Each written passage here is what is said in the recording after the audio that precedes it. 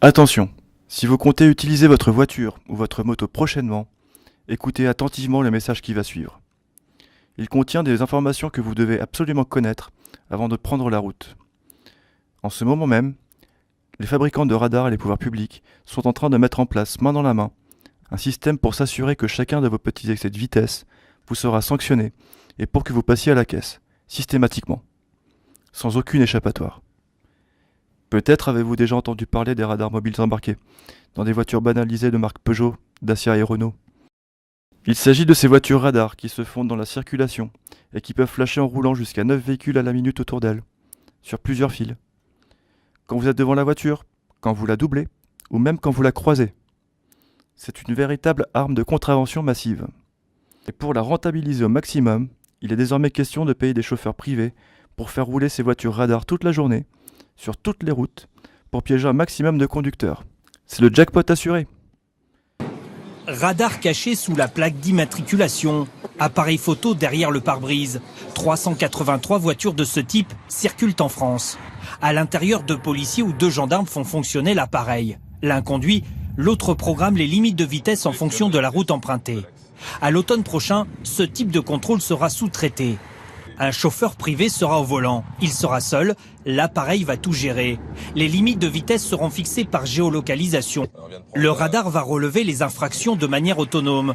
Elles seront ensuite traitées par des policiers au centre de Rennes. Vous l'avez compris, aucun conducteur, même le plus vigilant, même celui qui essaye de respecter scrupuleusement la loi, ou même celui qui dispose d'un avertisseur de radar, ne pourra plus échapper à ces machines redoutables.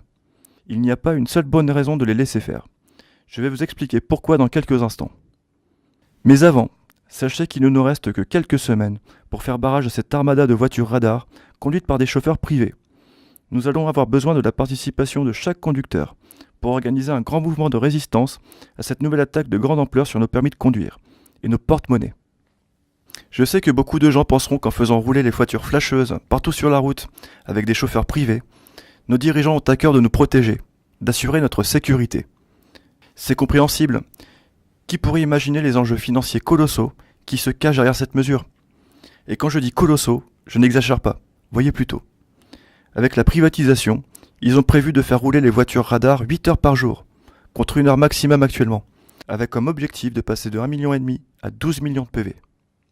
Si on fait le calcul et sachant qu'un PV vitesse rapporte en général entre 45 et 90 euros à l'État, multiplié par 12 millions de PV, on arrive à un total de 810 millions d'euros par an. Pour comparaison, la totalité des 4450 radars fixes et mobiles déjà en place ont rapporté 920 millions d'euros l'an dernier à l'État. La privatisation des radars mobiles embarqués suffira largement à doubler ce chiffre, et ce n'est qu'un minimum. Et si encore cet argent était réutilisé pour réparer les routes et sécuriser les tronçons dangereux? Savez-vous comment est réparti l'argent des radars actuellement?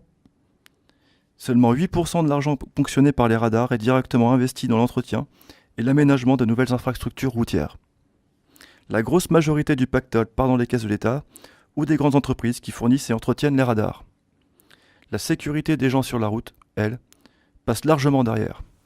Dans le plus grand secret, l'État et les fabricants de radars ont négocié un déploiement en 3 étapes.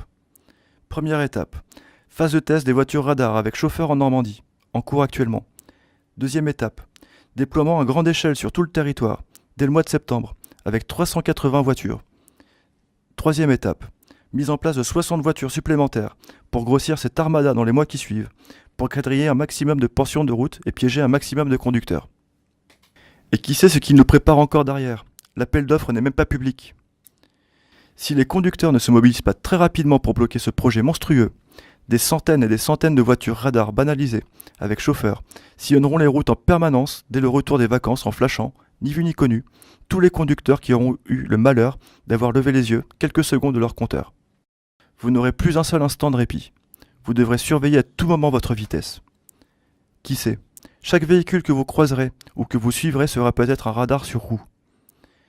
Vous devrez modifier radicalement votre façon de conduire, même si cela fait des années que vous conduisez sans accident, même si vous avez 50% de bonus sur votre assurance. Ce qui importe au pouvoir public, ce n'est plus votre bon sens, votre expérience ou votre capacité à adapter votre conduite aux conditions et anticiper celles des autres. Non, ce qui importe, c'est de respecter à la lettre une limitation de vitesse, fixée au fond d'un lointain bureau, peu importe qu'elle soit inadaptée à la réalité de la route, et parfois même ridiculement basse. Vous obéissez, sinon vous passez à la caisse. C'est aussi simple que cela.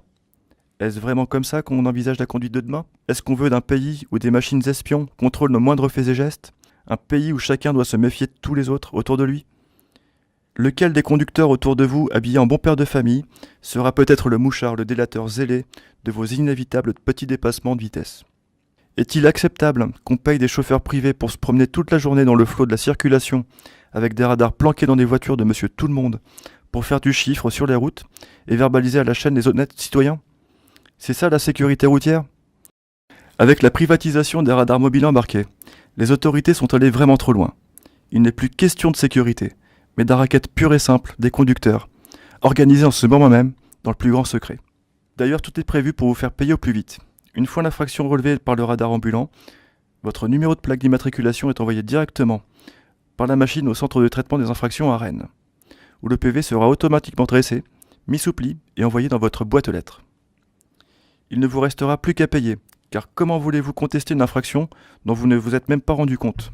Vous, moi et tous les conducteurs responsables de ce pays, nous devons agir de toute urgence pour tuer dans l'œuf ce projet monstrueux, avant qu'il ne profite de l'été pour agir.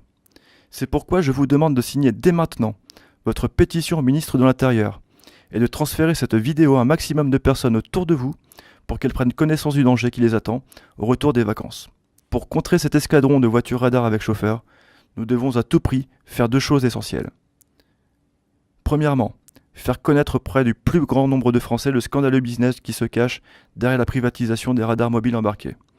Pour agir avant qu'il ne soit trop tard, nous devons diffuser l'information au plus vite. Pour cela, je vous demande de transmettre cette vidéo à tous vos amis, vos collègues, aux membres de votre famille et à toutes les personnes qui pourraient être concernées.